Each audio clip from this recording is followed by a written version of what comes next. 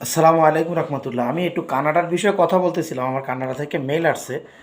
তো আমি এই কয়দিন ধরে একটা বিষয় খুব লক্ষ্য করতে আছি, এই জন্য জরুরি ভিডিওতে বসে পড়লাম। বাংলাদেশ থেকে আমাকে কমপক্ষে 20 থেকে 30টা লোক এই পর্যন্ত ভিসা কপি পাঠাইছে।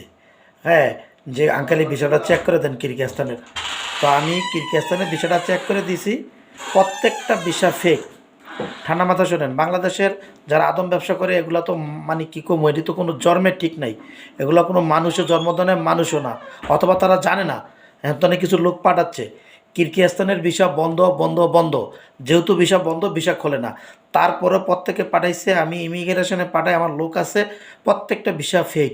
এই মাত্র একটা ছেলে দিছে, আঙ্কেল চেক করে দেন, এই ভিসাটাও ফেক, এডিট করা। বাংলাদেশে যারাই বর্তমানে কিরগিজস্তানের ভিসা দিচ্ছে, প্রত্যেকটা ভিসা ফেক এবং এডিট করা। এখন পর্যন্ত কোনো ভিসা খোলা হয় নাই। সুতরাং দয়া করে সাধারণ জনগণকে বলতেছি, এই প্রতারকের পাল্লায় পড়বেন না, কোনো টাকা পয়সা দিবেন না। এক লোক লেখছে যে আমি আগামী 5 দিন পরে আসতেছি, আপনার সাথে দেখা হবে, হ্যাঁ, আমার একটু হেল্প করে দিয়েন। ও জীবনে আসতে পারবে না। কিভাবে আসবে? Fake visa. Bangladesh airport contact করতে পারবে, আমি জানি না পারে কি না, কিন্তু এখানে আসতে পারবে না। বাংলাদেশে টাকা পয়সা দিয়া ম্যান পাওয়ার করতে পারে কি না আমি জানি না। আমি জানি না, জানতেও চাই না। আমার দেশ সম্বন্ধে আমি কোনো আর কথাই বলবো না, কানে ধরছি। জানতেও চাই না, জানিও না। কারণ রক্তের ভিতরে ক্যান্সার হয়ে গেছে, রক্তের ভিতরে। এই রুগী বাঁচবে না। এই রুগী বাঁচতো না। অবস্থা খারাপ এই দেশের। আর আপনারা কেন বুঝতেছেন না? একটা দেশের ভিসা 2 মাস ধরে বন্ধ, ওরা কইতেন ভিসাগুলো বানায়। আন্ডার টেবিল কি দেওয়া সম্ভব? সংসদে পাশ করে বন্ধ করে রাখছে, আবার যখন ওপেন হবে তখন এই ভিসা। এরপরও আপনাদের খাতিলে আমি প্রত্যেক দিন চেক করি, ইমিগ্রেশনের যেই ওয়েবসাইট আছে ওই ওয়েবসাইটে চেক করাই, স্ক্যানিং করাই, নাই। এগুলো ফেক। তারা বিভিন্ন ওয়েবসাইট হ্যাক করে এই জিনিসগুলো তৈরি করে। বাট এ দিয়ে আপনি এই দেশে আসতে পারবেন না। দয়া করে আপনাদেরকে বারবার বলি, এই ভিডিওটা জনস্বার্থে ছড়াইয়া দিন। কিরগিজস্তানের ভিসা বন্ধ, এখন পর্যন্ত কোটা ছাড়ে নাই। ফলে যারাই ভিসা দিচ্ছে, এই ভিসাগুলো ফেক ফেক ফেক, মানে ভুয়া ভুয়া ভুয়া। আপনারা টাকা পয়সা দিয়ে দালালের খপ্পরে পড়ে ভিসা দিয়েন না।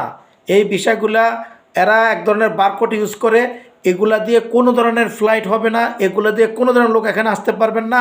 প্রতারকের কাছে টাকা দিয়ে ধরা খায়েন না। দয়া করে কেউ এই প্রতারকদের পাল্লায় পড়বেন না। আপনি ভিসা কপিটা নিয়ে বিএমইটিতে যান।